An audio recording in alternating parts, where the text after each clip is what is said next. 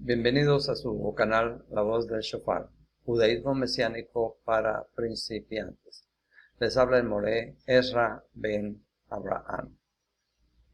La porción de esta semana tiene por título Ki Tavo, que significa cuando vengas. La porción de la Torah la tenemos en Devarim 26:1 al 29:8. La Haftarah tenemos con Yeshayahu 61 al 22 y el Brit Hadashah con Matityahu 13:1 al 23. Esta porción de la Torá nos da los detalles del precepto que se dio 40 años atrás en el Sinaí.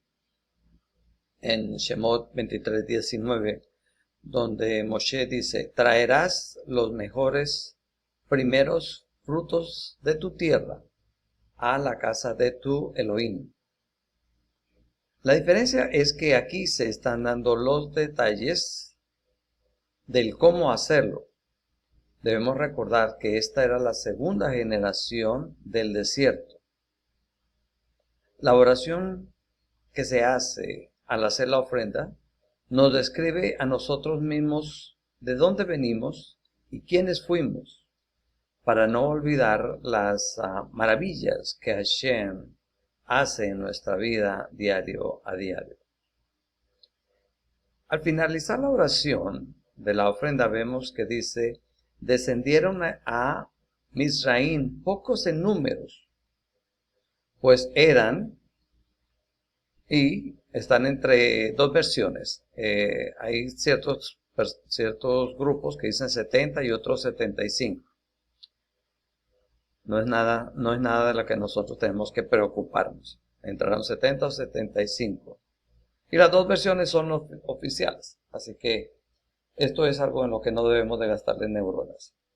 Allí se hizo grande, fuerte y una nación populosa. Ahora bien, podemos sacar la cuenta de los que salieron de Misraín y fueron aproximadamente unos 3 millones de personas. Porque si en el recuento de los guerreros habían 600,000 guerreros y cada uno tenía mínimo padre, madre, una esposa, un hijo y una hija, o sea, multiplicamos 600,000 por 5, nos da aproximadamente 3 millones. Aunque es, como dicen, ese es el mínimo de una familia hebrea. Pero como bien sabemos, las familias son muy populosas, son muy grandes. También hay que ver que si estas 3 millones de personas, ¿ok? Que si no hubiesen estado en Egipto, aunque fuesen cautivos o esclavos a lo último, nunca se hubiesen podido multiplicar. Pues, si bien es cierto que al final fueron esclavos, en realidad seguían siendo protegidos de los otros pueblos. ¿Por quién? Por los Mizarjim, los egipcios. ¿Ok? Y nos vemos que ahí sí podemos ver la distinción, que de 70 a 75 salieron más de 3 millones de hebreos, sin contar los que se le sumaron del resto de las naciones. Y sigue la oración, dice: Elohim nos oyó, Elohim nos sacó con gran terror y con señales y maravillas. Nos ha traído a este lugar y nos ha dado esta tierra, una tierra que fluye leche y miel. Por lo tanto, como puedes ver, yo ahora he traído los primeros frutos de la tierra. Acuérdate que esta es la oración que hacemos cuando hacemos la presentación de los bikurim. Cabe destacar que en los tiempos de Hashem, los tiempos de Hashem son perfectos. Porque aunque el pueblo imploró era en el preciso momento que él había decidido que el pueblo debía de salir. Pues que hubiese estado cautivo, ya eso se sabía. ¿Por qué? Porque se lo había dicho Hashem a Abraham en Bereshit 15:12. Y relata el episodio, dice, y cuando el sol estaba poniéndose, un sueño, cuando estaban haciendo el pacto, un sueño profundo cayó sobre Abraham, horror y gran oscuridad vinieron sobre él. Elohim le dijo, Abraham, conoce esto por cierto, tus eras serán extranjeros en una tierra que no es de ellos, Misraim, y ellos los llevarán a la esclavitud, y serán tratados con maldad y humillados allí por 400 años. O sea que ya se sabía qué era lo que iba a pasar con el pueblo.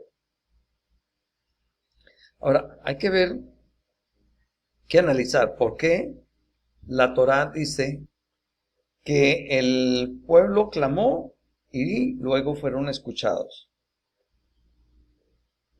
Es posible que al principio las oraciones de liberación del pueblo escogido no fueron muy intensas por causa de la situación en la que estaban, pues no era tan mala, y era como dicen, aguantable, era pasable. Pero conforme iba aumentando la presión esclavizadora, también el tono de las oraciones del pueblo iba cambiando en intensidad y profundidad. El clamor del cielo fue cada vez más fuerte y llegó a un momento cuando el clamor fue oído en los cielos de una manera decisiva. ¿Qué aprendemos? Hay un momento en la oración cuando el clamor del hombre traspasa ciertos límites y puede quebrar ciertas barreras espirituales. Es en esos momentos donde su oración tiene un efecto muchísimo más poderoso en los aires. Las escrituras nos enseñan que el clamor es necesario para obtener respuestas en ciertas oraciones. La palabra hebrea que en este texto se usa es za'ak,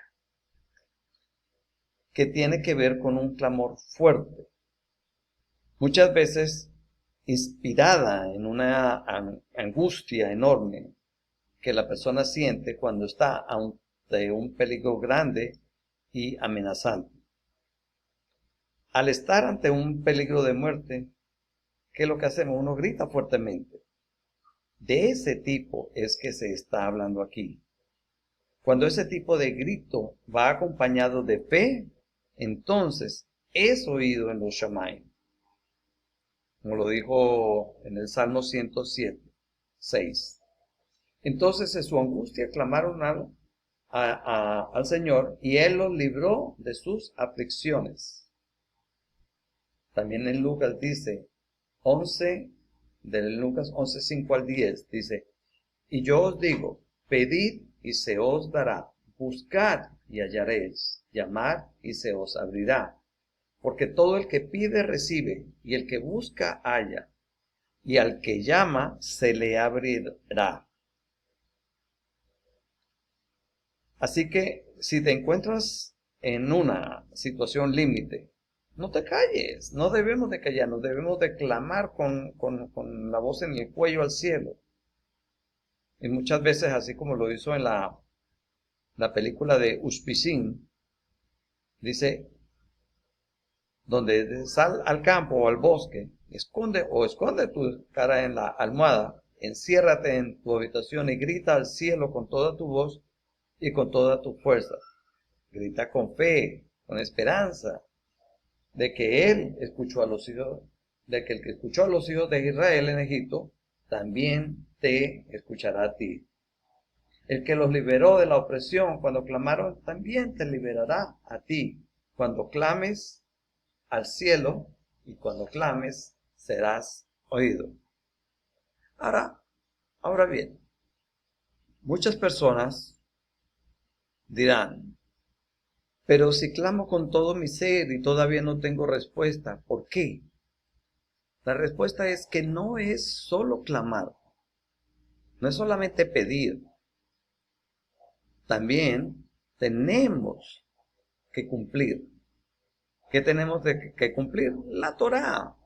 Porque no es lógico de que nosotros vayamos y pidamos, Señor, dame esto, ayúdame, dame esto, pero no estamos cumpliendo los preceptos. Y digo los preceptos que asumimos, porque cuando los asumimos con libre albedrío. Aceptamos el yugo, si así se quiere llamar, de la Torá. Un ejemplo, imagina que tu hijo te pide un celular, pero se está portando mal. ¿Se lo dirás? ¿Se lo darás? Claro que no. Esperamos a que él cambie primero de actitud y luego vemos si hace las tareas que le encomendaron. Y luego cuando tú crees conveniente, le darás lo que él pide. Pues así mismo es el Creador. Nos da los preceptos para nuestro bien. Solo debemos aceptarlos y cumplirlos. Y luego Él nos escuchará y nos concederá lo que pedimos. Y Él nos lo dará, pero siempre y cuando nosotros estemos en el cumplimiento de sus preceptos. He ahí el detalle.